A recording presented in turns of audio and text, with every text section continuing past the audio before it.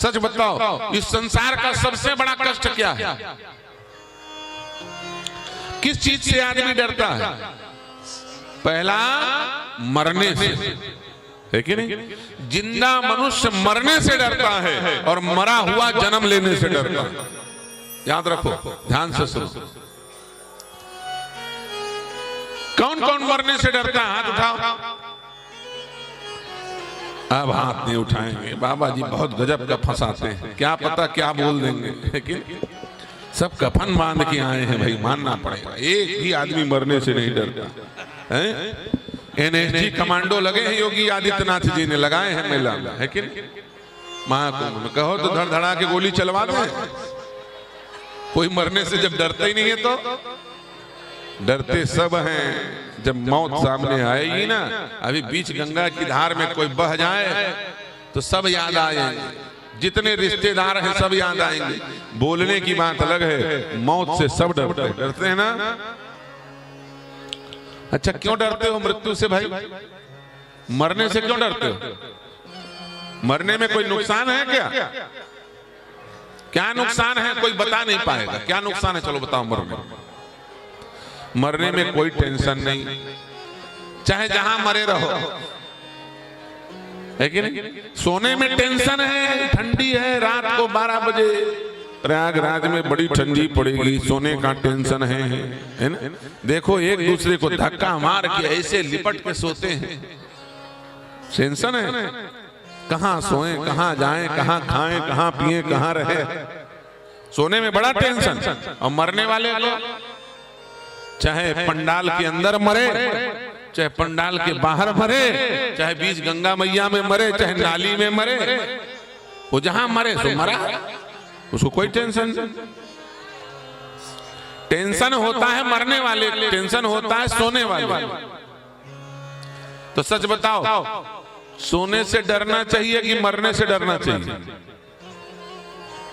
और सोने से कोई नहीं डरता। ध्यान से सुनना एक एक बात को। सोने से कोई डरता है? कौन कौन डरता है भाई सोने से? सोने के लिए तो देखो बीच कथा में सो जाते हैं लात तान के।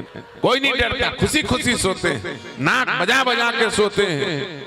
कई लोग तो बर्रा बर्रा के सोते हैं, है कि नहीं? हाँ, एक से एक कहानी सुनाएंगे, एक से एक बात बोलेंगे सोए सोए। एक बाबा जी कल सोए थे, जोर जोर से चिल्ला रहे थे, फेंक दो फेंक दो फेंक दो। सोए सोए बोले कहां फेंक दो? बोले गंगा जी में फेंक दो। सोए सोए बर्रा रहे थे। भैया सोने से कोई नहीं डरता, और सारा लफड़ा सोने में है, मरने में कोई टेंशन नहीं। फिर भी लोग मरने से डरते हैं, सोने से नहीं डरते। अच्छा एक बात बताओ, कोई आदमी दिन भर से खड़ा हो और वहीं पर एक आदमी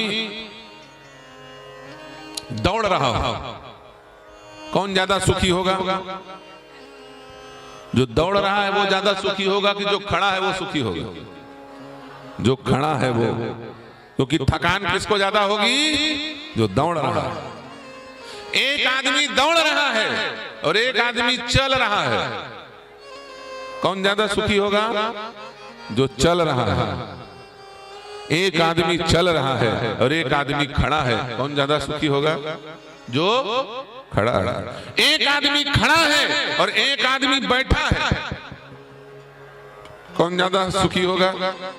जो बोलो बोलो बैठा है। अच्छा एक आदमी बैठा है और एक आदमी लेटा है, कौन ज्यादा सुखी होगा? जो लेटा है। एक आदमी लेटा है और एक आदमी सो रहा है, कौन ज्यादा सुखी होगा? जो सो रहा है। एक आदमी सो रहा है और एक आदमी सो गया। सो गया माने मर गया, कौन ज्यादा सुखी है? जोर से बोलो, नहीं सुनाई दिया, जोर से बोलो। जो मर गया। तो काहे जिंदा हो, मरते क्यों नहीं? फिर काहे जबरदस्ती पीछे पड़े? जब पता है कि मरने वाला ज्यादा सुखी है तो फालतू में यहां से वहां क्यों भागते हो? मर जाना चाहिए ना। सुख सोने में ज्यादा है, सुख मरने में ज्यादा है, सोने में कम। बहुत झंझट है सोने में। मरने से आदमी नहीं डरता, सोने से आदमी नहीं डरता, मरने से डरता। सोने की तो तैयारी करता है। ए भैया कमरे को साफ कर देना, बिस्तर बढ़िया से बिछाना, चादर में कहीं पे सल नहीं पड़नी चाहिए, तकिया थोड़ा गुलगुला वाला ले आना, चादर इस रंग का होना चाहिए, एसी ज्यादा ठंडा मत कर देना, हीटर ज्यादा तेज मत कर देना, पैर के पास बिल्कुल किनारे बगल में तांबे की लोटी में पानी रखना, लाइट बंद कर देना। कितनी तैयारी करके सोता है सच बताओ। और सोना कितने टाइम के लिए है? मुश्किल से मुश्किल 6 घंटा या फिर 8 घंटा, है कि नहीं? उससे ज्यादा कोई सोता है क्या? सोते हैं कई लोग, कुंभकर्ण के औलाद हैं, कुंभकर्ण के वंश वाले हैं कई लोग, वो सोते रहते हैं 12 घंटे दिन में, 10 बजे तक। हमारा रामानुज चिल्ला चिल्ला के जगाता है, पुजारी जी हमारे, है कि नहीं? कई लोग ऐसे हैं जो 10 बजे तक यही लात तान के सोए रहते हैं। जैसे गंगा मैया पे, गंगा मैया की कृपा प्राप्त करने नहीं आए हैं, गंगा मैया पर कृपा करने आए हो, ऐसे यहाँ पे पड़े रहते हैं कि आओ गंगा मैया, तुम्हारी गरज हो तो तुम हमारा चरण पखारो, है कि नहीं? 10 बजे तक सोए रहेंगे। अरे होशियार, आन का दाना तान के खाना, सो जाना जीना चाहे मर जाना, कौड़ी लगे न दाना, आन के दाना तान के खाना। पड़े हैं कुंभकर्ण के जैसे। भैया सोने में बहुत टेंशन। सोना ज्यादा समय के लिए नहीं होता, सोना कम समय के लिए होता है। उसके लिए लोग इतनी तैयारी करते हैं। 8 घंटा सोए, 12 घंटा सोए, और ज्यादा सो गए तो फिर घर वाले सोने नहीं देंगे, दरवाजा तोड़ के जगा देंगे। क्या हो गया, कहीं निपट तो नहीं गई पंचायत, उठाओ उठाओ, अटैक तो नहीं आ गया, है कि नहीं? दरवाजा तोड़ डालेंगे। जो काम 2, 4, 5 घंटे के लिए है उसके लिए इतनी तैयारी, और जो काम परमानेंट है, सोना है पार्ट टाइम और मरना है फुल टाइम। जो फुल टाइम मरना है उसके लिए कोई तैयारी नहीं है। सच बताओ, यही मूर्खता है कि नहीं? जब जान रहे हो कि कितना प्रयास करने पर मरना है तो मरने की तैयारी करनी चाहिए कि नहीं चाहिए? लेकिन बड़ा दुर्भाग्य है, मरने की तैयारी कोई नहीं करता, और करता भी है तो बिल्कुल आखिरी में 2-4 दिन बचे हों, 2-4 घंटा बचे हों, तो घर परिवार वाले कहते भैया ये तो तैयारी किया नहीं, अब कुछ काम करो, दही तुलसी ला करके मुंह में डाल दो, गंगा जल मुंह में डाल दो, गाय का पूंछ पकड़ा दो। गैया भी पूंछ झटका के भाग जाती है, बोले इस पापी को मैं क्या पार कराऊं, जीवन भर एक गाय को भूसा नहीं खिलाया, एक रोटी नहीं निकाली है, इसको मैं क्या पार कराऊं? वो गैया मैया भी झटका के भाग जाती है। सच बताओ, आजकल गाय को पहली रोटी खिलाना बंद कर दिया गया कि नहीं कर दिया गया? यहाँ जितने बैठे 99% लोग गाय को रोटी देना बंद कर दिए। कर दिए कि नहीं कर दिए? जो लोग देते हैं वो हाथ उठा देंगे, और जो नहीं देते हैं वो भी जबरदस्ती बीच में शामिल हो जाएंगे, मुझे पता है। यदि सारे हिंदू गाय को रोटी देना शुरू कर दें तो किसी सरकार से मांगने की जरूरत नहीं है, बड़े बड़े संगठनों को भीख मांगने की जरूरत नहीं है। भारत माता गौवध के गौ रक्त से कलंक से निवृत्त हो जाएगी, मुक्त हो जाएगी, और भारत हिंदू राष्ट्र बन जाएगा। याद रखना, गौ माता भारत को हिंदू राष्ट्र बनाएगी। जब तक गाय काटी जाएगी भारत हिंदू राष्ट्र बने ही नहीं सकता।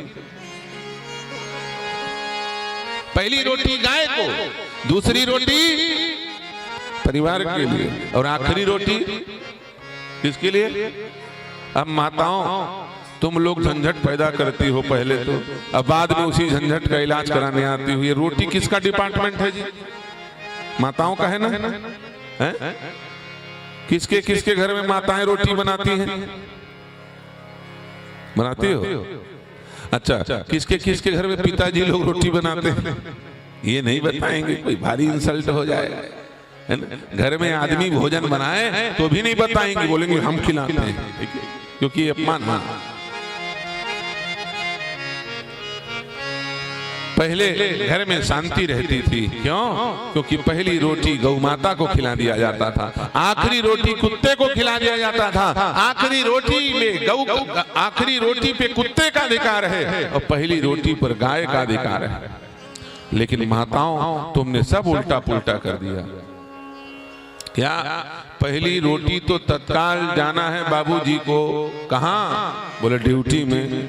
मास्टर साहब तैयार हुए और गरम गरम रोटी निकाली, पहली रोटी फेंक दी बाबूजी के मास्टर साहब के थाल में। घर के मुखिया को, पति को खिला दिया। पहली रोटी किसको खिला दिया? मुखिया को। अब मुखिया बेचारे ने गाय के हिस्से की रोटी खाई और गाय के हिस्से की रोटी खाई तो जैसा खाओ अन्न वैसा होवे मन। गाय के हिस्से की रोटी खा के बेचारा बैल जैसे बैठ गया जैसी है। लेकिन उससे कुछ समझ में नहीं आता, कुछ भी पूछो तो बोलता जाओ अंदर पूछो, हम नहीं जानते। वो बैल बन गया,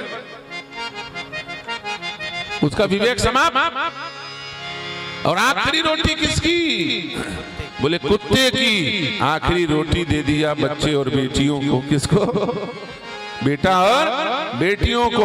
और उन लोगों ने खा लिया आखिरी रोटी। अब परिणाम क्या है? बोले कुत्ते की रोटी खाई है तो कुत्ता कुतिया जैसे दिन भर चेंचे पोपो मचाए हैं, घर में झगड़ा कर रहे हैं, भगदड़ मचा के बैठे है कि नहीं? अब घर की मातारी परेशान। बोले घर में कोई शांति ही नहीं है, घर में 24 घंटा उपद्रव है। क्यों? अरे कुत्ते की रोटी बच्चों को खिलाओगे तो कुत्ते बिल्ली जैसे लड़ेंगे कि नहीं लड़ेंगे? जिसका जो हिस्सा हो उसको वो खिलाना चाहिए, तब काम बनेगा।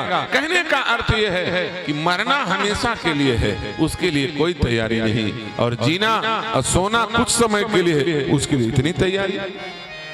मर मर के मेहनत करके कमरा बनाएंगे, वीवीआईपी ऐसा बेडरूम बनाना है मुझे जहां पर 8 घंटे मैं सो झूठ बोलेंगे, बेईमानी करेंगे, 2 नंबर का काम करेंगे, घुसखोरी करेंगे, बेईमानी करेंगे, सारा छल छिद्र कपट करके धन एकत्रित करके कमरे बनाएंगे, बड़े बड़े वीवीआईपी कॉटेज बनाएंगे। किसके लिए? सोने के लिए तो बनाए हो कि लेके घूमोगे अपना मकान साथ में जेब में लेके? कोई अपने मकान को मूड में उठा के घूमता है? इसलिए बनाया सोने में। जाओ अरेल घाट में, एक कमरे का 2.5 लाख रुपया किराया है। ऐसा ऐसा होटल बना है वहां, एक रात रुकने का। इतना? एक रात रुकने का। और धन के मद में मदमत्त लोग वहां आकर के 15-15 दिन रुक रहे हैं। सोचो 2.5 लाख रुपया बर्बाद करके। क्यों? क्योंकि ठीक से सोना है। अरे मूर्खों, तुम्हें ठीक से सोने की पड़ी है, जिस दिन तुम्हें ठीक से मरने की पड़ जाएगी उस दिन तुम मोक्ष प्राप्त कर लोगे। परीक्षित को ठीक से सोने की नहीं पड़ी थी, परीक्षित को तो ठीक से मरना था। ठीक से मरना नहीं आता लोगों को। 2 काम यदि ठीक से आ जाए तो सारा खटर पटर समाप्त हो जाए। पहला काम ठीक से जन्मना आ जाए और ठीक से मरना आ जाए। ठीक से जन्म लेना जिसको आ गया और ठीक से जिसको मरना आ गया, उसकी सारी खटपट समाप्त हो जाएगी।